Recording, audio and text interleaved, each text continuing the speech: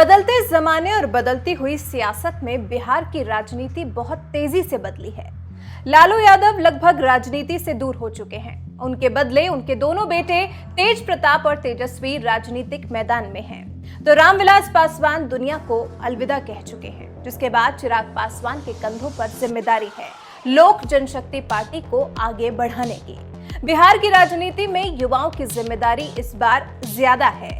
दो नाम जिन्हें लेकर काफी चर्चा हुई है, एक पुष्पम प्रिया चौधरी और दूसरा श्रेयसी सिंह।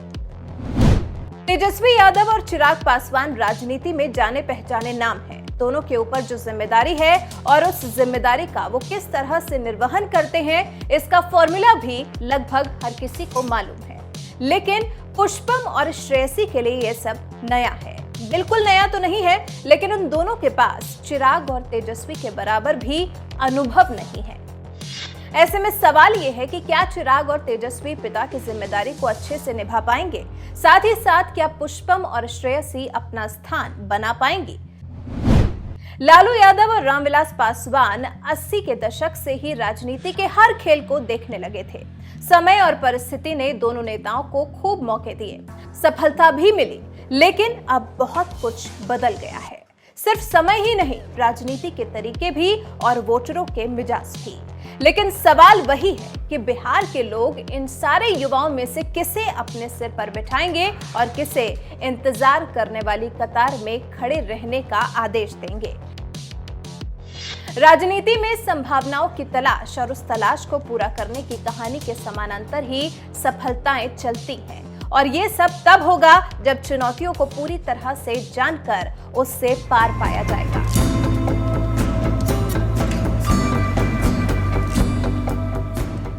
तेजस्वी के सामने कई चुनौतियां हैं। एक तो लालू यादव जब से जेल गए हैं, आरजेडी पूरी तरह से एक साथ नहीं है।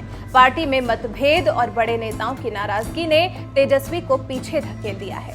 हालांकि पार्टी और तेजस्वी के साथ लालू यादव का नाम, पहचान और राजनीतिक विरासत सब कुछ है, लेकिन जिस वोट बैंक को एक आवाज में लालू यादव एक साथ समेट लेते थे, वो वोट बैंक अब इतनी आसानी से या फिर एक आवाज में आरजेडी के साथ नहीं है।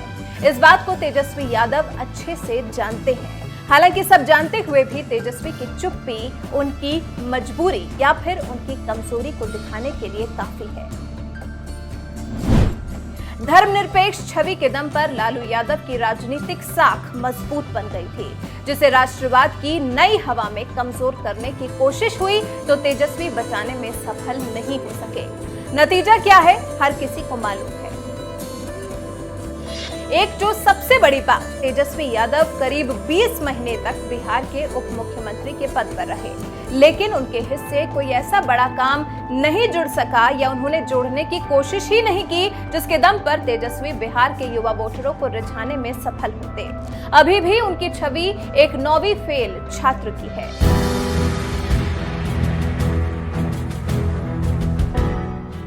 हालांकि उनकी अंग्रेजी और सोशल मीडिया पर उपस्थिति अच्छी है, लेकिन इससे ना तो राजनीतिक चतुराई दिखती है और ना ही विरोधियों को अच्छे से घेर पाने में सफलता मिलती है। इस मामले में भी तेजस्वी फेल दिखाई देते हैं।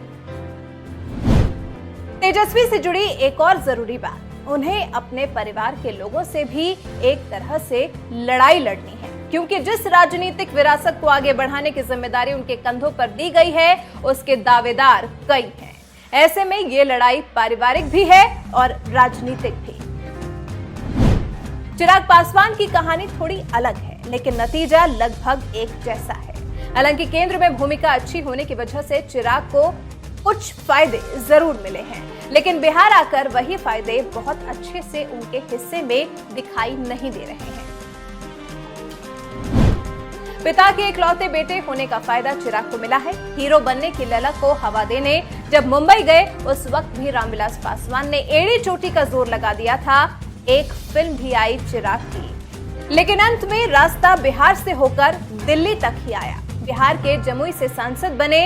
अब बिहार की राजनीति में खुद को स्थापित करने के लिए गांव, घर, जिला, जबार की खाक छान रहे हैं।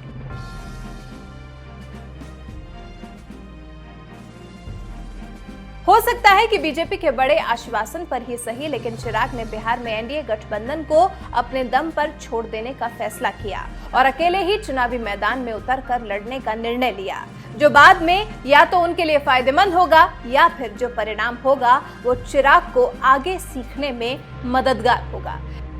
वैसे चिराग में पिता जैसा थोड़ा भी गुण होगा तो वो हवा को पहले ही भाप गए होंगे।